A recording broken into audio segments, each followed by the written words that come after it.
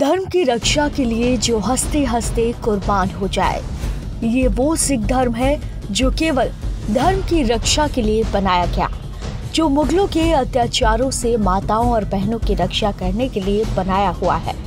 इस धर्म को अपनाने वालों ने कभी किसी के आगे सर ना झुकाने की कसम खाई थी और साथ ही ना किसी से डरने की भी।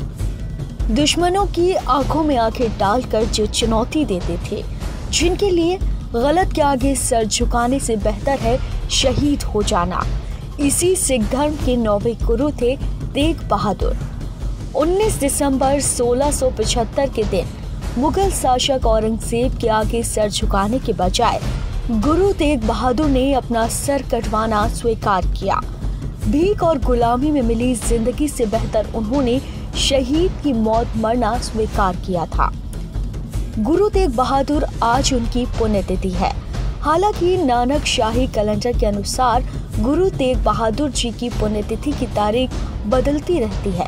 इस साल 2020 में 24 नवंबर को गुरु तेग बहादुर साहिब की पुण्यतिथि मनाई गई थी, लेकिन इंग्लिश कैलेंडर के अनुसार आज के दिन गुरु साहिब की पुण्यतिथि है। कैसा था बाबा साहेब गुरु तेग बहादुर जी का जीवन?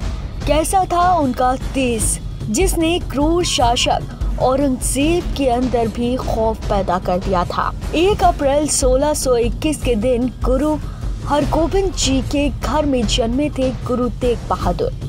अपने भाई बहनों में सबसे छोटे थे तेग बहादुर। इनको बचपन में त्यागमल नाम दिया गया।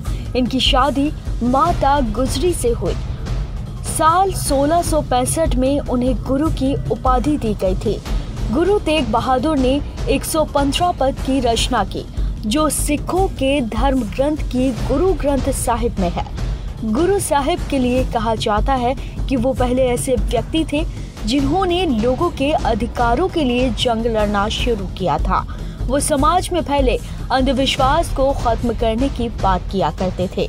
जिन दिनों गुरु साहिब धर्म की रक्षा के लिए प्रचार कर रहे थे, उन दिनों दिल्ली के मुगल शासक औरंगजेब का शासन था। औरंगजेब ने सभी हिंदू तीर्थ स्थल पर जाने के लिए जजिया कर लगा दिया था। वो कश्मीरी पंडितों को जबरन इस्लाम अपनाने के लिए मजबूर करने लगा था और जो उसकी बात नहीं मानता उसे सीधा 2 टुकड़ों में काट दिया जाता था। एक तरफ औरंगजेब के अत्याचार बढ़ रहे थे, तो वहीं दूसरी तरफ गुरु तेग बहादुर की धर्म की रक्षा की कसम मजबूत हो रही थी। उन्होंने मुगलों के खिलाफ जंग छेड़ दी थी। वो कश्मीरी पंडितों के जबरन धर्म परिवर्तन कराने के खिलाफ थे। गुरु साहिब हमेशा ये संदेश देते थे कि ना तो आप किसी से डरो और ना ही किसी को डराओ। गुरु साहिब के विचारों की खबर औरंगजेब को मिलने लगी और औरंगजेब ने तुरंत गुरु साहिब को गिरफ्तार करने का आदेश दे दिया। दिल्ली में आज जिस स्थान पर गुरुद्वारा शीशगंज साहिब मौजूद है, ठीक उसी स्थान पर 19 दिसंबर 1675 के दिन गुरु तेग बहादुर के सामने 2 शर्तें रखी गई थी। उनसे पूछा गया था कि अगर वो इस्लाम धर्म अपना लें तो उन्हें जीवन दान दे दिया जाएगा, अगर वो इस्लाम धर्म नहीं अपनाते हैं तो उन्हें मार डाला जाएगा। लेकिन जो जवाब गुरु साहिब ने दिया, उसने औरंगजेब की बोलती बंद कर दी। गुरु तेग बहादुर ने कहा कि उन्हें केश कटवाने के बजाय सर कटवाना मंजूर है। औरंगजेब की गुरु साहिब को झुकाने की हर कोशिश नाकाम हो गई, जिसके बाद औरंगजेब ने गुरु के सर को धड़ से अलग कर देने का आदेश दिया। लेकिन तब भी गुरु तेग बहादुर जी के मुंह से आह तक नहीं निकली और ना ही उनके चेहरे पर मौत का खौफ था। जिस स्थान पर गुरु तेग बहादुर शहीद हुए थे, वहां उनकी याद में गुरुद्वारा शीशगंज साहिब बनवाया गया। गुरु तेग बहादुर को हिंदी की चादर कहा जाता है।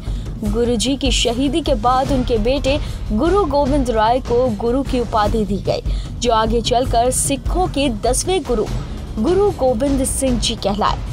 गुरु तेग बहादुर ने अपना पूरा जीवन दूसरों की सेवा में समर्पित कर दिया था और अंत में वो धर्म की रक्षा के लिए ही मुस्कुराते हुए शहीद हो गए। उनके इस अदमत से साहस को आज भी सलाम किया जाता है।